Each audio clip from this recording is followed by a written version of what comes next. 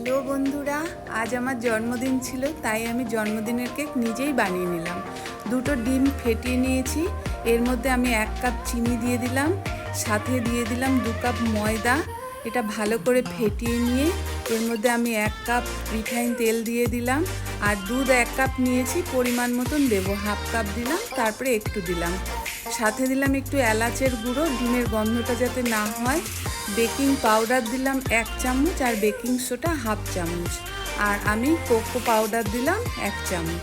এবার একটা বাটিতে তেল মাখিয়ে নিলাম, তার মধ্যে একটা বাটার পেপার দিয়ে নিলাম। এই ব্যাটারটা আমি এর মধ্যে দিয়ে দিলাম, একটা কড়াতে নুন দিয়ে তার মধ্যে একটা স্ট্যান্ড দিয়ে আমি এই বাটিটা বসিয়ে দিলাম।